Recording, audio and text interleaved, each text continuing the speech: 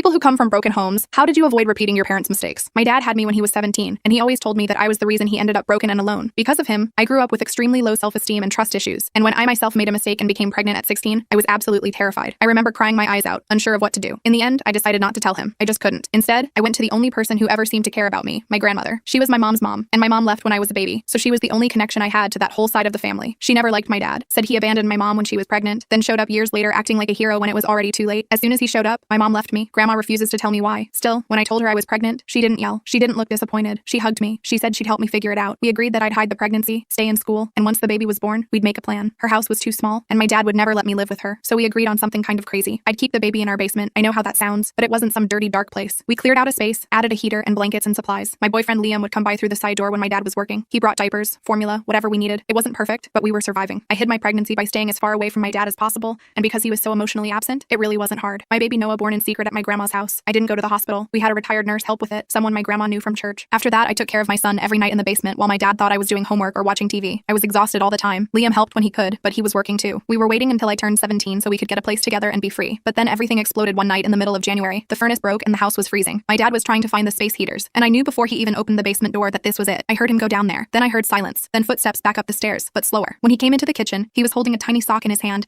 and his face looked like he'd seen a ghost. He didn't yell. He just asked, "Whose baby is in my house?" I wanted to lie, but I couldn't. I told him the truth, and he lost it. He was pacing and shouting and saying, "You ruined your life," and "How could you do this in my house?" and "Is this what I worked my butt off for?" I told him I was leaving, taking my baby and going to grandma's. He tried to stop me, but I was done. I left that night with my baby in a car seat and my grandma waiting in the driveway. The next few weeks were awful. My dad didn't call. I didn't call him. Grandma was stressed out. She blamed him for everything. She said if he'd just shown me grace, maybe I wouldn't have felt like I had to hide. But I knew part of it was my fault too. I didn't trust him to tell him the truth. I had just assumed he'd hate me the way he seemed to hate himself. Then it got worse. Liam's parents found out. His mom even offered to pay him to walk away and leave me. She told him she'd give enough so he could go to college out of state and start fresh, but he said no. He chose to stay. My dad somehow found out, and to my surprise, he said he respected Liam for that. I think he just saw his younger self in Liam, but maybe a version of him that could do better. Things were almost looking up for a while. My dad seemed to accept Noah when we spoke over the phone, but then my grandma had a heart attack. It was minor, but it was enough to scare me. I had to go back to my dad's house. There wasn't anywhere else. He didn't say much at first, just set up the crib in my room and went back to work. And for a few months, things were okay. My baby was growing, my dad was more involved, and Liam was as present as a dad in his situation could be. But then it happened. We were trying to rebuild something one night when CPS showed up. Someone had reported an unfit environment for an infant. All hell broke loose. My grandma thought my dad did it. My dad thought grandma did it. They argued in front of the social worker about it. It was a mess. The worker had to get them to calm down. We sat down with her soon after and explained everything, the entire history, the full truth of how Noah got here. And that's when she revealed something that made my jaw drop. The person who reported us wasn't grandma or my dad. It was Liam's mom. She wanted the baby taken away so Liam wouldn't have to ruin his life. The case is currently ongoing, and I have no idea what to do. The full story where the case continues is on my channel and linked below.